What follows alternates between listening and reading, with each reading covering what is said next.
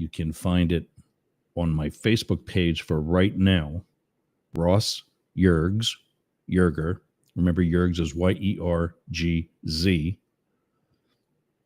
There's a list of all of the different links where you can get audio only, such as 99.1 WDJY or America1Radio.com or RainbowRadio.gay or YergzRadio.com. We got some news just came in with K-Shop in Vegas. We're going to 3 days a week there. And what else? Pierre's Pot is coming up. But first, morning motivation. Where is there we go. There's video. Hey, everybody. Morning motivation. I actually forgot that. So give me a minute.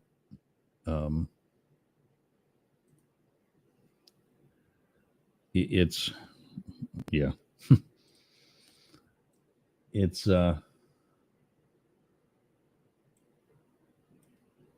there's challenges sometimes, and the challenges are when we almost have people working together, like Congress kind of sort of is pretending to be, and then they all get sworn in. This was this past Thursday or past Friday. Vice President Harris is swearing in each and every senator, this particular for her third term in office. So she's there 12 years. So she knows the deal. And, this shouldn't be that hard. I just moved a bunch of things around. And I don't know where anything is anymore. Social media apps, thumbnails and covers. Oh, that's not even the right folder. That's why.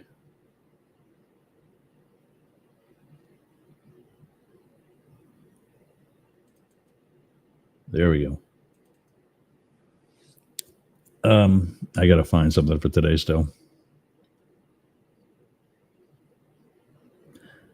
That's kind of relevant, but that's also been a while, not all that recent.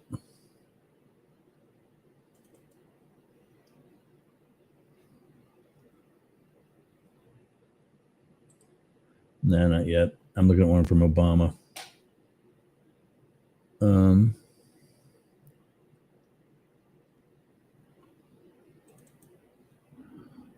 Oh, I like that one. I just saw it's on my one desktop right now too. Today's morning motivation is going to be Bruce Lee, and I always liked this one when I very first saw it.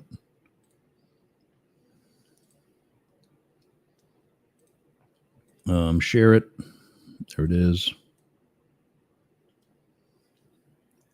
Be afraid of the calmest person in the room.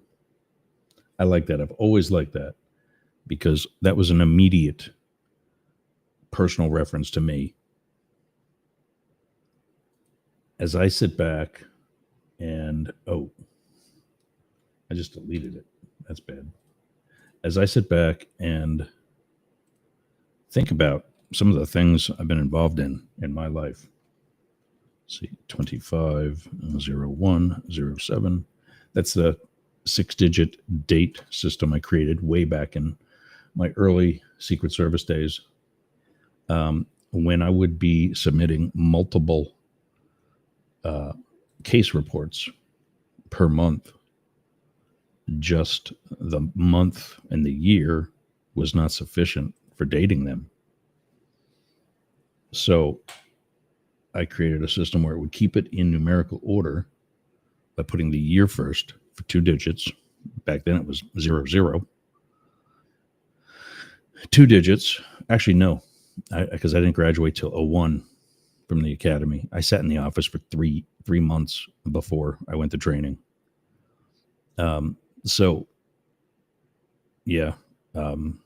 April essentially of 2001.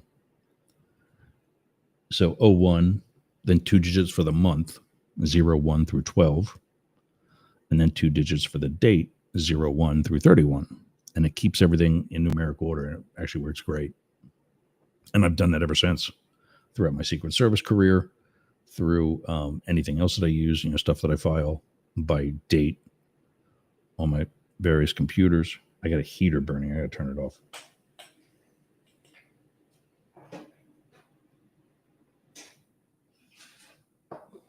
It got down into the 20s last night here in north central Florida. I'm on the Gulf, Tampa Bay nature coast. And it was below freezing. We had ice this morning. And now it's in the 40s. It's nice and toasty. But yeah, I use that system. And every time I use one of these photos that's in this file that I have, I rename it with the date that I used it at the end of the file name. So that way when I see, Bruce Lee, and this one doesn't have a date behind it, I've not used it since I've started this segment. So morning motivation, be afraid of the calmest person in the room, says Bruce Lee. And I think that's definitely a mantra from martial arts in general, probably, but definitely from his style. And then, that definitely from his style, but also so many other martial artists. His movies are realistic, not just Bruce Lee, but probably not as much Bruce Lee, but Steven Seagal. I've seen him kick someone's ass just by standing there. And that's Aikido. I've actually studied Aikido for a short while. I wish I kept up on that. Oh, God. It's using the opponent's energy against them for purposes of self-defense. You're not aggressive with it. And that's why he's kind of just stands there and still kicks somebody's ass. Steven Seagal. Now he's gotten a little big, and maybe Aikido for that reason still works. I don't know. I know he was a deputy somewhere down here in Florida with the sheriff's department, as was Shaquille O'Neal. Like, how do you mess with either one of those two? Could you imagine them as partners? That would be cool. But be afraid of the calmest person in the room. Yeah, I may not have shown it, but during a Dahlia, I was scared silly. But my son felt comfortable. My dogs eventually felt comfortable. Actually, the one, Moby, had already passed away.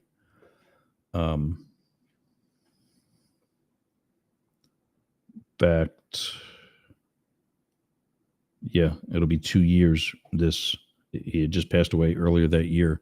It'll be 2 years this May that we lost Moby. Matrix, when we stepped out the side door to go tighten up at my neighbor's house, we saw water running between the houses. It was already that high.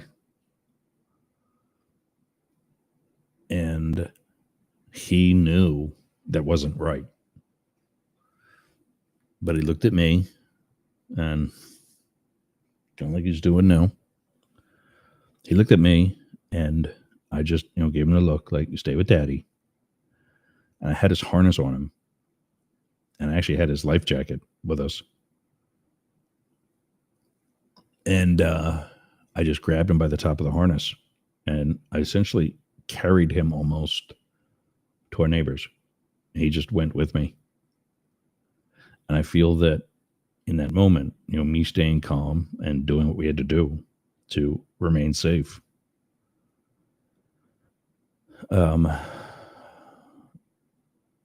made him feel better. On 9/11, I was one of two on-call, what are called duty agents for the Philadelphia field office. of the Secret Service.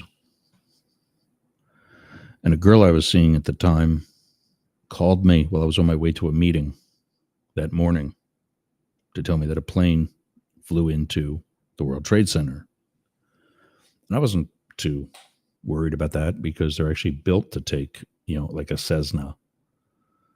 And then we saw that's not what it was. And it was while I was still in the car that she watched the second one fly into the towers. And she said, "Oh, they just replayed it." And I was like, it hit me right away that replaying the first plane flying in didn't make sense. And then she saw that there was already smoke in the building, or another building already smoking. And she said, "Oh, wait, they can't be." She says, "Oh my God, that's a second one." And I asked her more about the planes. And she said, "There's something hanging underneath each wing." Like, you mean like a jet engine? And so I turned my emergency lights on and continued a little bit more rapidly. Nothing crazy. I mean, I'm not going to be any good to anybody dead. So a car accident for me or civilians isn't a good idea, especially as a rookie. But I did, speed it up a little to get to the Exeter Township Police Department near Reading, Pennsylvania. That's where the meeting was at. And of course, they were waiting for me. And everybody was in a meeting room, conference room. The actual meeting itself was obviously delayed and I wouldn't say rescheduled. We had the meeting, it was, as I remember, but obviously there was a new segment to the itinerary. And then, I told everybody that facility, the entire World Trade Center, not the towers, but one of the smaller buildings right aside of it, was where a New York field office was at the time. And that's when we watched the buildings collapse. And they were just impressed with me about, the composure that I had in that moment. And there are plenty of other times where I remained calm. Now, this is a daily thing, and it makes sense why I'm in therapy. Have not seen my therapist in a while. It's probably a good time to check in again, but still on, slight anxiety meds. Because when you deal with these things constantly and they become every day, it is a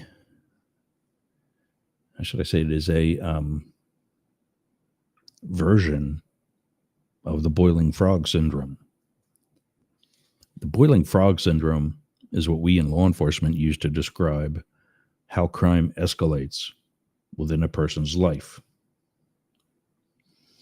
You steal something at the grocery store. You cheat on a test.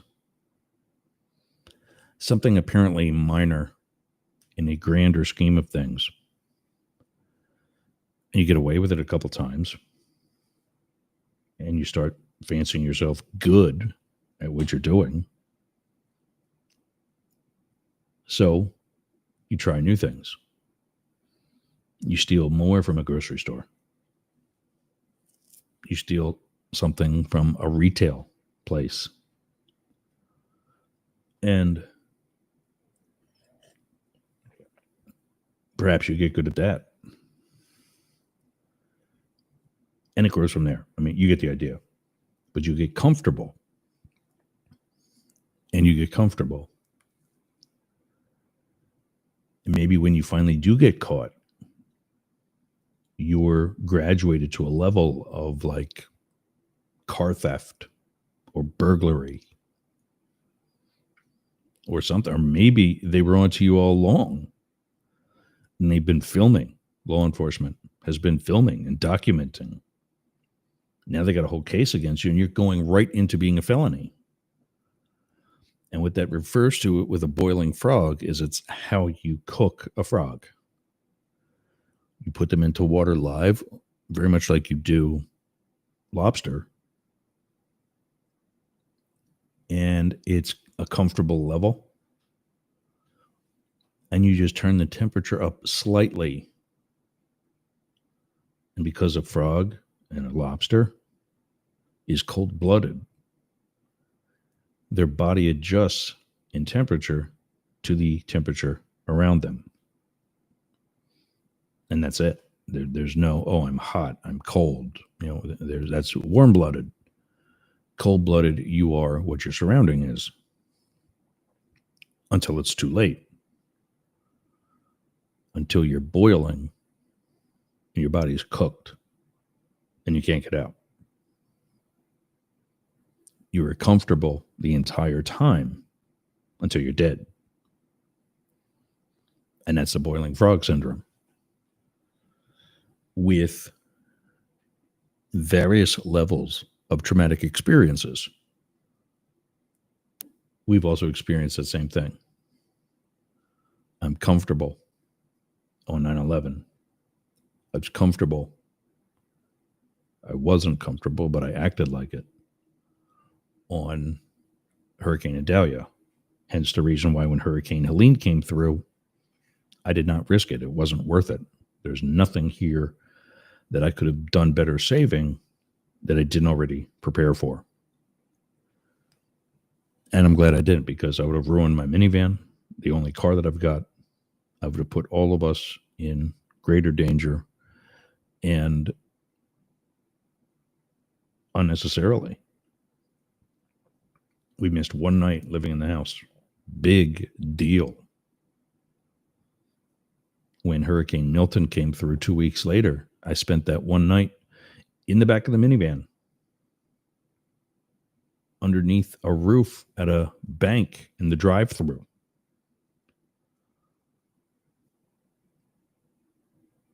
And to come back and continue living in the minivan, because I was essentially homeless for a little bit while I was cleaning out and gutting the place.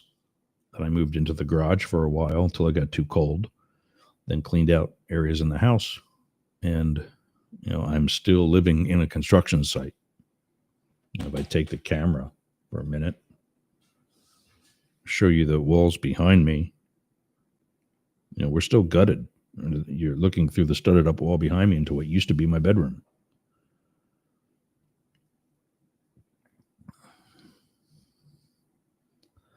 So I remained calm through all that.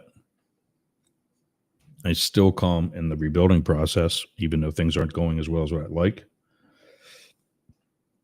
We'll work on that this week and this weekend until whenever, and just keep chipping away and remain calm.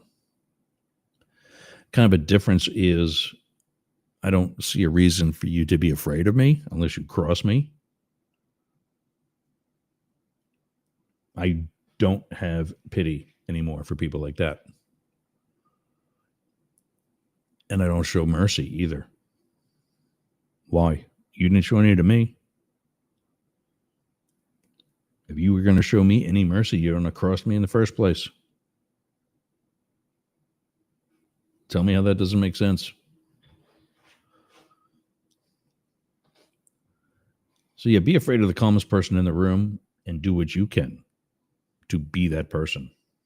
There's another one in that same file from a guy named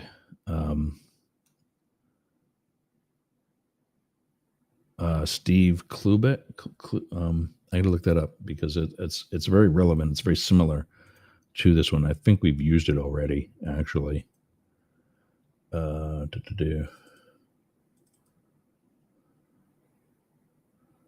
recognize him as soon as I seen him.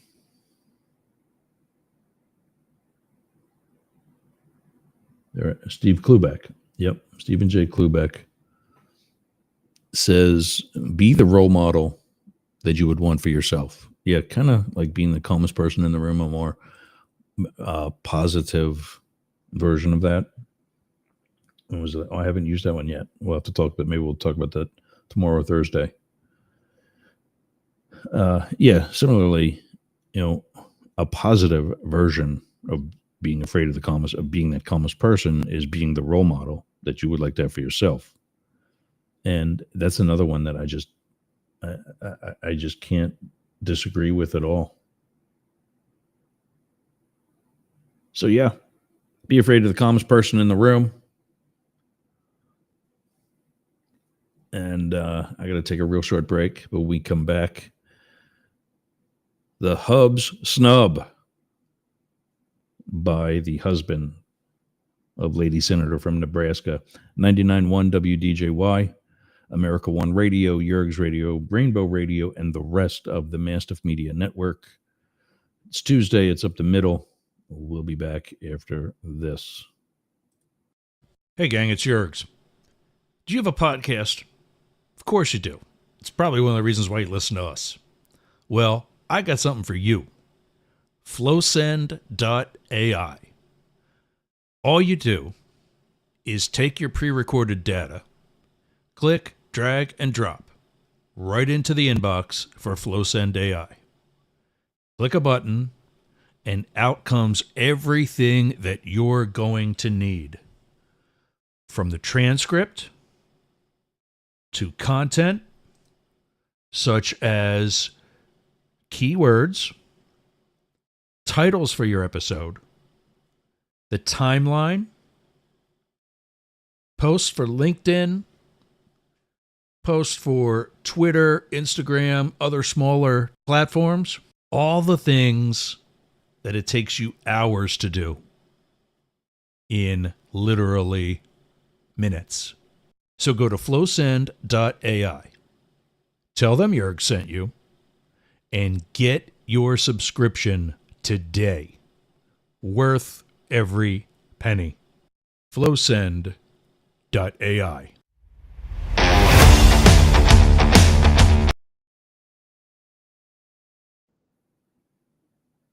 So, we can take that down.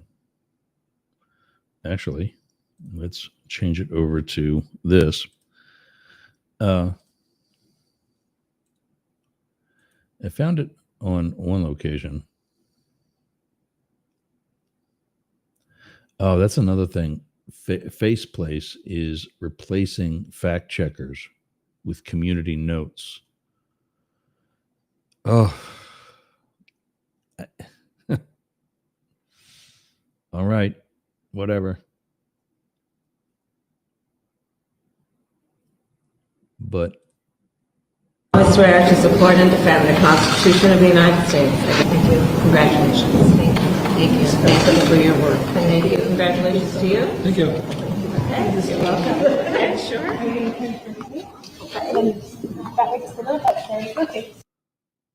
there you go.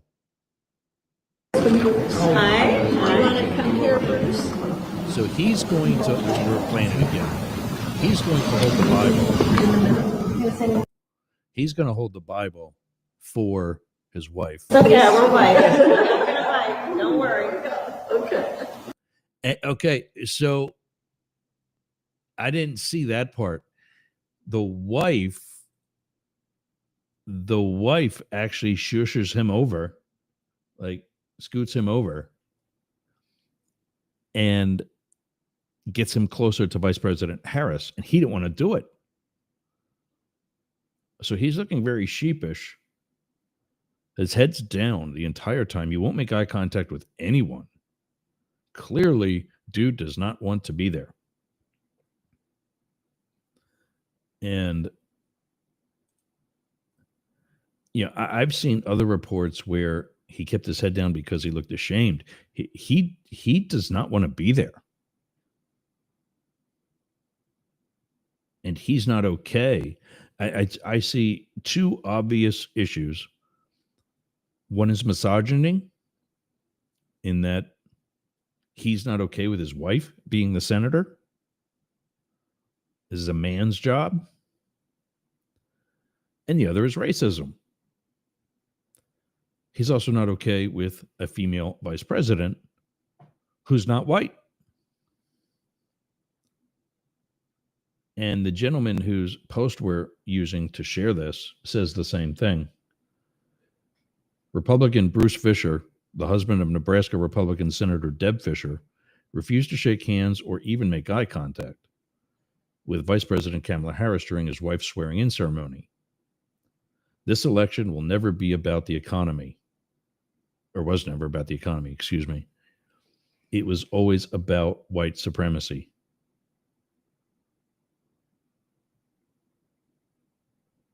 Yeah, I mean, I just don't get it.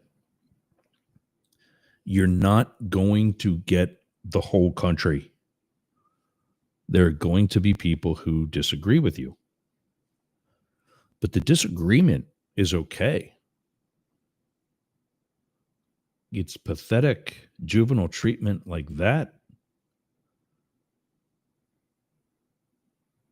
That's not okay. And I really want to see how he tries to explain this away, or most likely his wife's office does.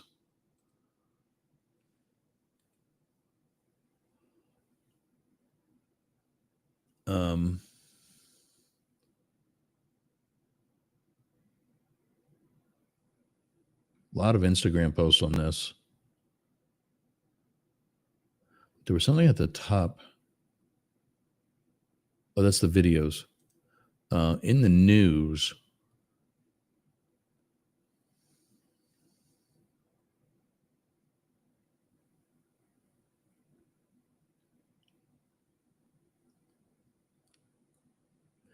everybody's pretty much reporting this as, an a-hole who is just that. Everybody except Fox News to the rescue.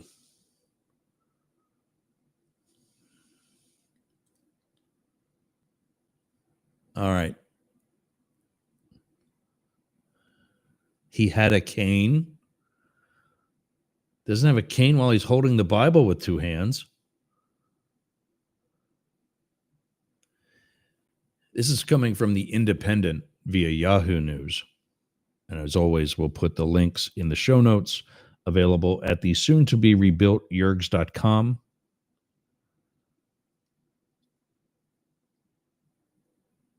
Members of the MAGA world have defended a Nebraska senator's husband for brazenly snubbing Kamala Harris when he refused to shake the vice president's hand.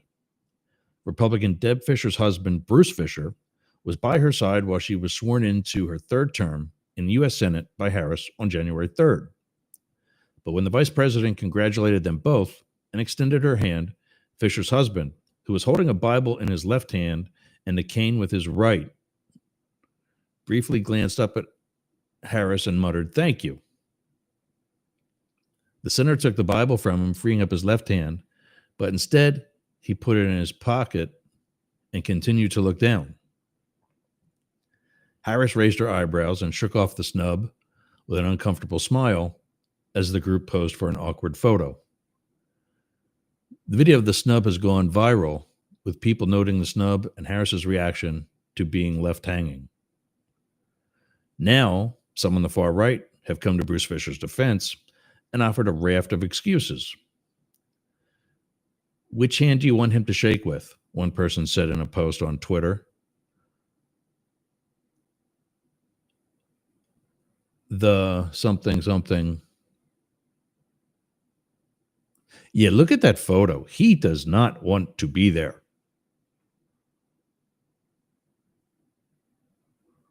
I don't know who the fourth guy is, but I mean, at least Kamala Harris is giving it the college try.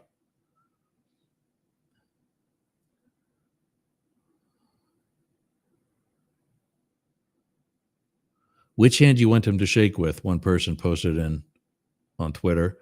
"The one holding the book or the one holding his cane?" He wasn't holding the book anymore, the Bible. And I've shaken hands with, I've given somebody like a fist bump or just like stuck my hand out and, closed my hand on each other because obviously my right hand was occupied with something or I maybe just sneezed into it. If he really needs the cane, fine. Just smile, make some eye contact. You can't tell me that from Nebraska, one of the southern / Midwest states that prides itself on Southern hospitality and manners, can't teach that.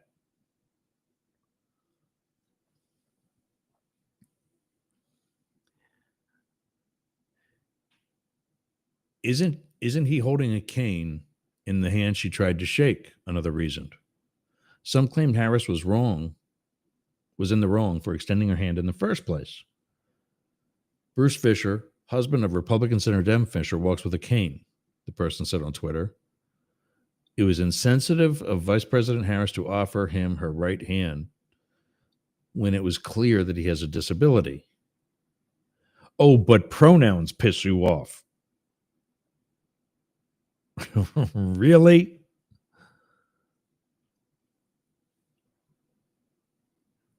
Another said Harris was stupid for attempting to shake his hand. Bruce Fisher, 73, is holding a Bible in one hand, not after she took it from him, and a cane in the other. Harris stupidly requested to shake her hand. Do you have any idea how many people she's swearing in that day? Probably not, because you're the same asshats that don't know anything about the Constitution in the first place.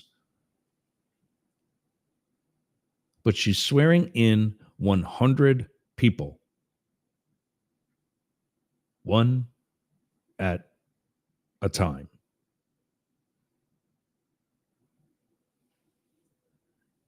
It gets a little mechanical after a while. Just to set a record straight, Bruce Fisher, husband of Senator Deb Fisher, was holding... Oh, okay. So this one's going to fix it for everybody. I love this. Just to set the record straight. Okay. Thank you. Bruce Fisher, husband of Senator Deb Fisher, was holding the Bible in his left hand and using a cane to support himself that he had in his right hand. Another said, that's why he couldn't shake Kamala's hand.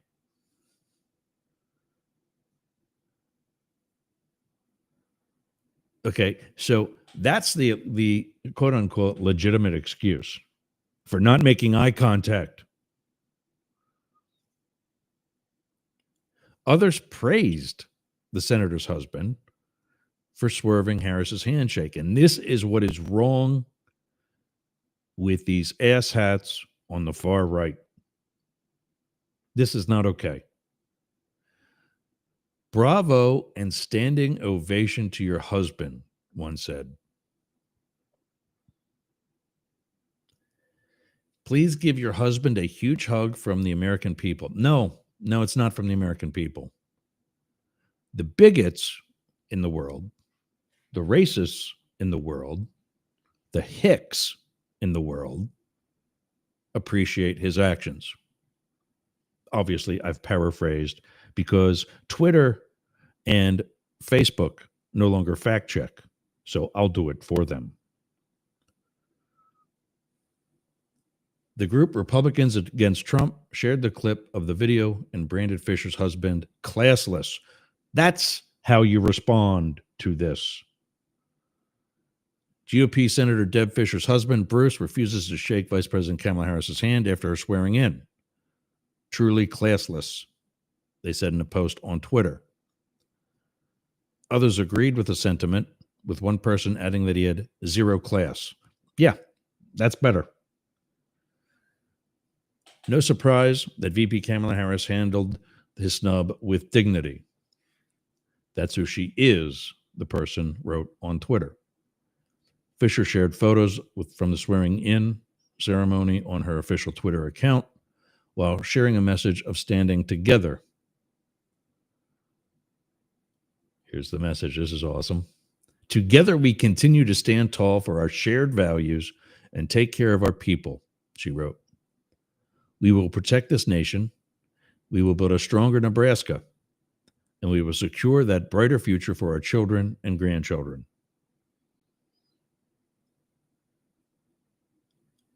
Huh.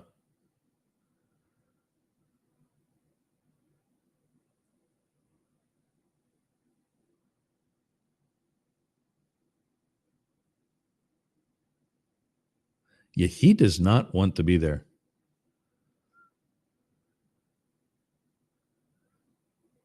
And there was another story that followed it that had a horizontal version of. But yeah, so there it is, monitoring MAGA for Tuesday. Now, on the tracking Trump, all in one. I don't know if I don't have any stories picked. There's a bunch, as you can see on the screen. Speaker Johnson's push to pass Trump's agenda in one massive bill faces big hurdles, that according to NBC News. ABC says that Trump backtracks from one big beautiful bill to fund his agenda. So that's 20 hours ago. So already he's backtracking. Another thing, Justin Trudeau resigned as the PM of Canada. And yeah, I've always said far left on a national level is not going to work. I hope Gavin Newsom and Pete Buttigieg come to that realization and absorb that practice, because they're way better than any Republican could put forward.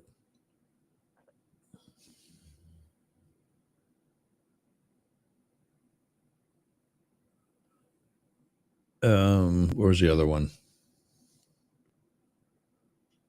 This was the other one. This was more recent too. The Hill, a Capitol Hill publication. It's also a daily and now with social media multiple times a day, probably. Ran this one earlier today. Trump comments deepen GOP disagreement over how to pass his agenda.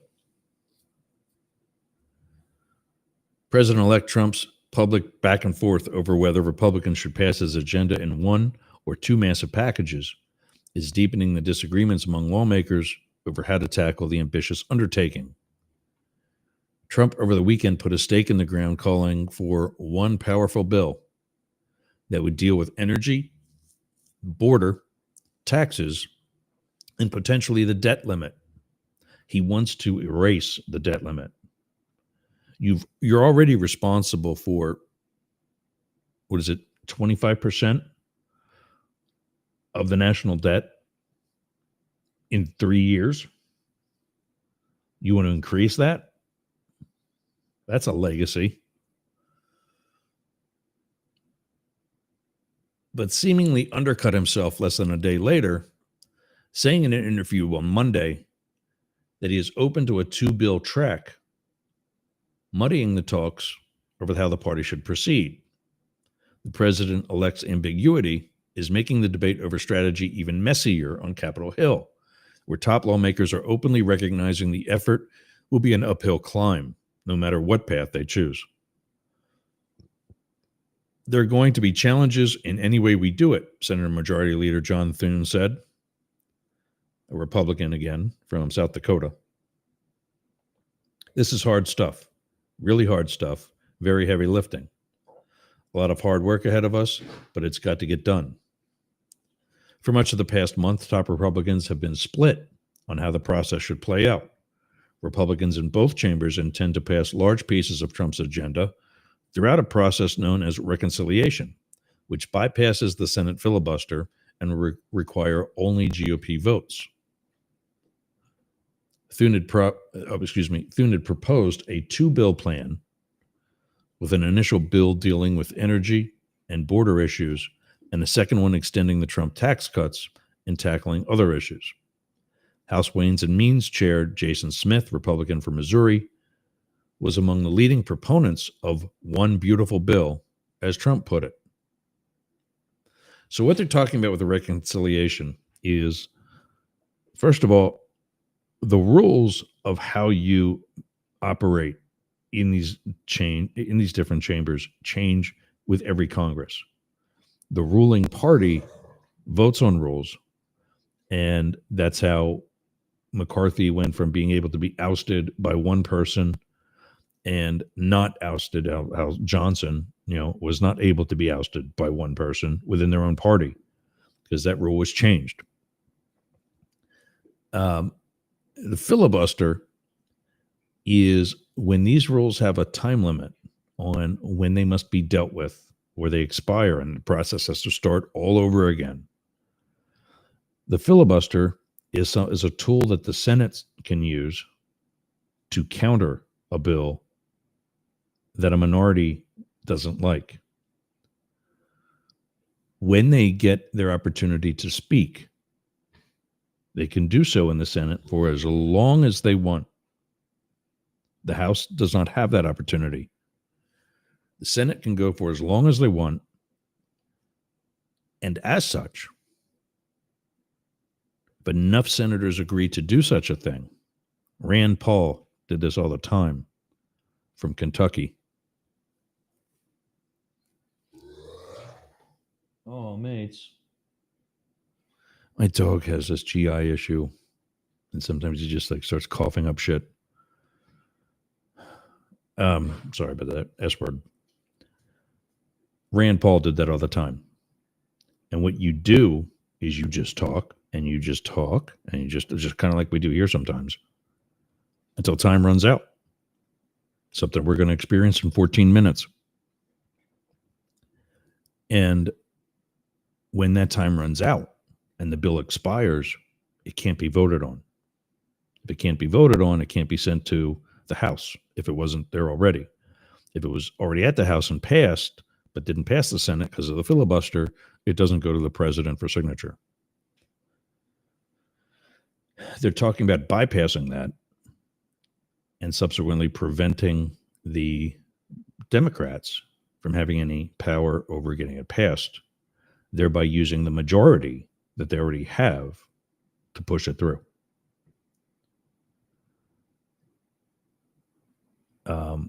But I think there's only a limit as to how many times you can do that. That's the whole thing about reconciliation and why it's a risk to do that process twice.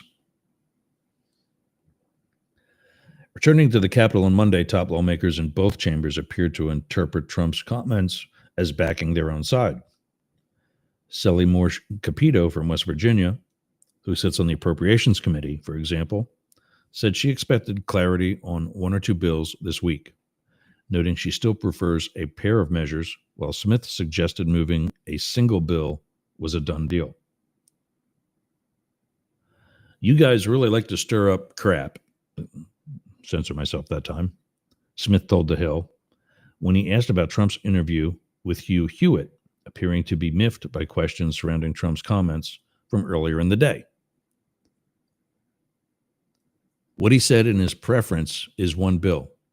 He just wants it passed, Smith said, adding he was not concerned with the possibility Trump walked back the one bill idea.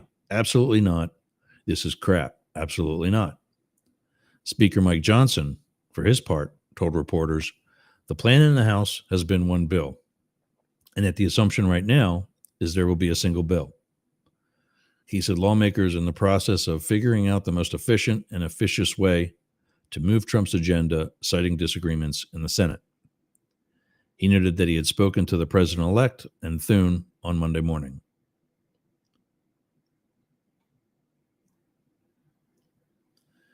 And there's some survey I'm not going to waste my time with. The Senate has a little different opinion and perspective on reconciliation and what the wisest strategy is than the House, and that's okay. That's part of the process. As you all know, we build consensus around these ideas, but we're going to get this mission accomplished, Johnson said. I wouldn't get too wound up about what the exact strategy is. Talks centering on reconciliation have been going on since the summer as Republicans salivated over the opportunity to move their favored pieces without appeasing Democrats.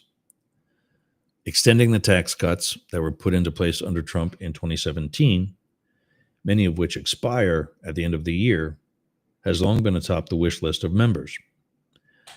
Dealing with the border has also been a top priority. However, as it was one of the leading campaign issues for the party throughout the 2024 campaign. Yeah, obviously, we knew that.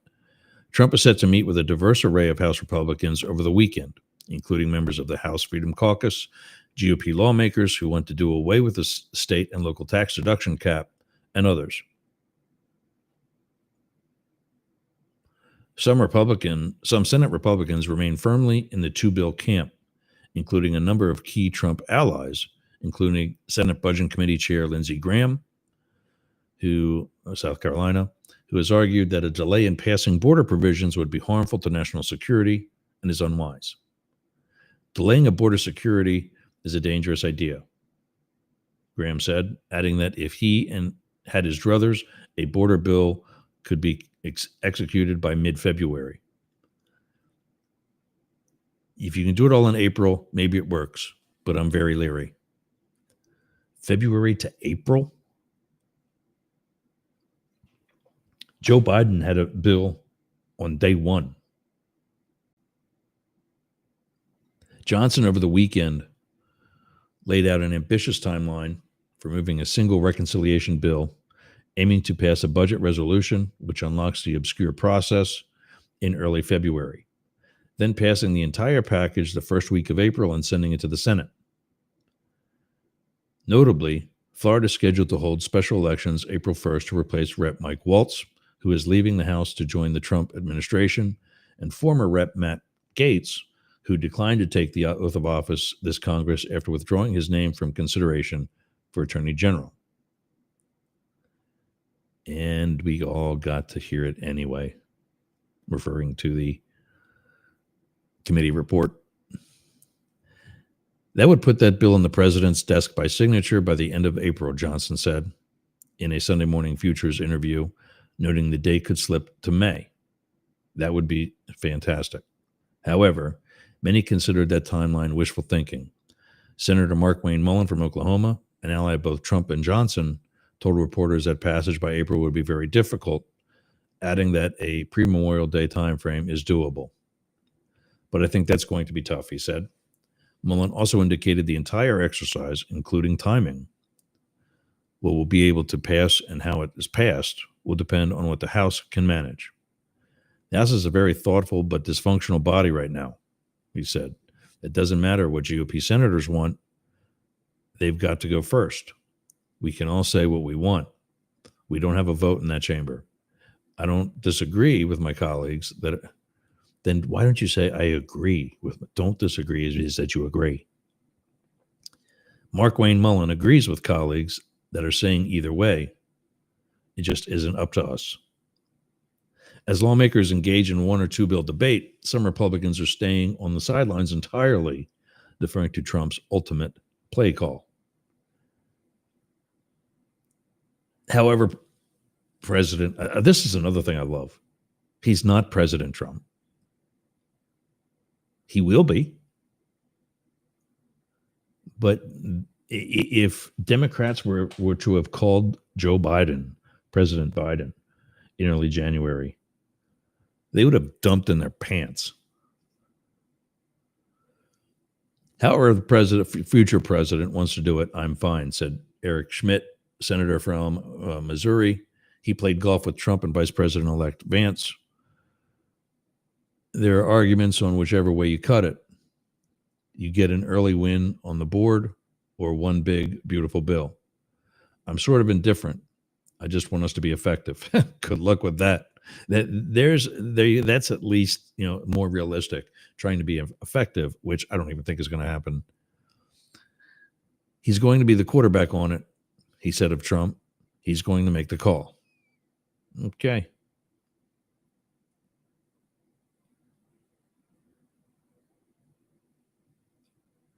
This is another thing that's a waste. Democrats under fire, and this can be part of our monitoring or watching Wokies. Democrats on fire for not sounding the alarm earlier on Biden. Why? Are we holding Republicans to the fire? Trump is no sane person.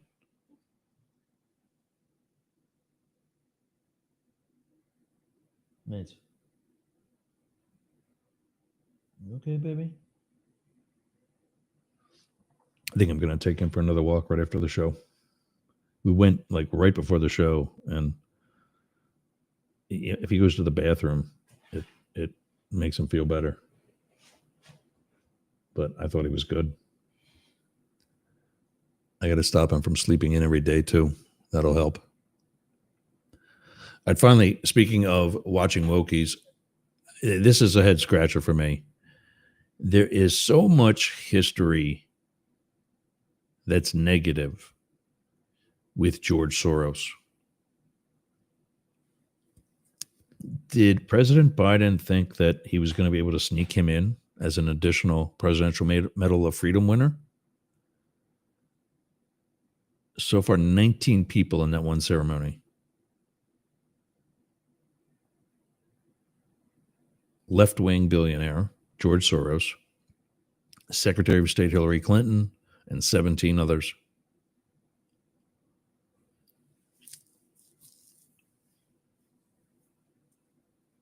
And yeah, there's some criticisms of what Biden has been doing in his last. They're his right. Presidential medals of freedom, pardons. You okayed that when we voted for him. If that's the biggest issue this guy leaves with, it's a win. Because we've got the clown cabinet. I mean, I heard somebody say they've seen smarter cabinets at IKEA, referring to what Trump's putting together. Yeah.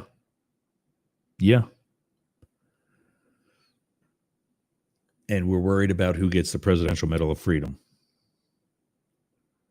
I just think there's more things to talk about. All of this will be in the show notes for today. 250107. It's 99.1 WDJY, America One Radio. Going to take one more quick break. We'll tell you about the rest of the week right after this. Maybe. Hold on. There we are. All right. Be right back.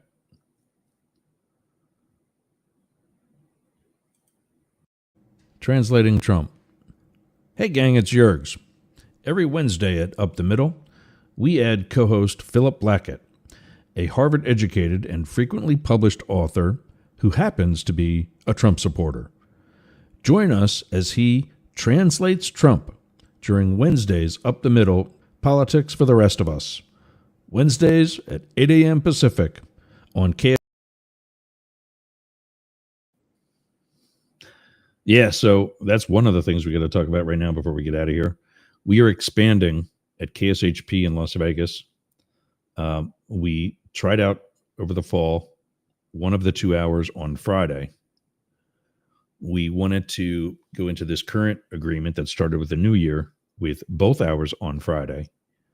And K-Shop had to turn that down because they've got another show that airs during our second hour, and what's the 9 o'clock hour for them out there, that they didn't want to take off the schedule. So they're still going to air our first hour on Friday for Friday Fights. And in that agreement, we edited it to reflect Wednesday, translating Trump. It was supposed to start on the 1st, but the station manager was on a cruise. I didn't realize the change from 2 hours on Friday to 1 hour on Wednesday and 1 hour on Friday. And we missed last week. Some of you might remember. Sorry, I got something in my eye. I got to pick that out too. There is a truck in my driveway. I think they're just turning around. Okay. Well, now, because we're not going to Chicago yet, We're going to take some extra money, put it up front, and we're going to be Monday, Wednesday, and Friday. Monday, same as always, both sides now, but Jane and me. Wednesday, translating Trump, and Friday fights. So 99.1, we still got you 5 days a week. Same thing with America One Radio. And now we're going to welcome, brain farting, sorry. We're going to welcome KSHP to 3 days a week and hopefully get them to 5 as soon as we get some additional sponsors. If you'd like to do that, you can email us at newsnewz@yergz.com. Our emails still work even while the sites are down. And we'll send you a package on sponsorship. And we're going to see you tomorrow for those who we're about to lose. But there it goes.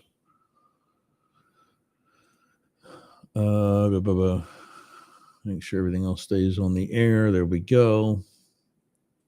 Yeah, just send us an email, newsnewz@yergz.com, and we'll get you there we go. And we'll get your package and get you advertising. We've got later this week, we should be learning on our end, we should be learning the geofencing, so that if you want to only have a ad spot in a certain area, it's not going to cost you as much, and you can only do that particular area if you're a business that isn't nationwide. But if you are, this is the time to get on, because we're looking at picking up 2 other stations, one in Nashville and another one here in Florida. So get on while we can grandfather you into these rates before they go up. Nashville is a mixed format. Florida is a talk station. So, yeah, they're both kind of excited, as are we. All right, gang. That's it. Pierre's pot. We did forget to do that, didn't we? We'll do 2 tomorrow or something. But I got to get this kid for another walk, and I bet to eat my slides. I'm hungry. All right, gang. Thanks for joining us. Thanks for going up the middle. Thanks for running with the big dogs. We'll see you again tomorrow. See you again.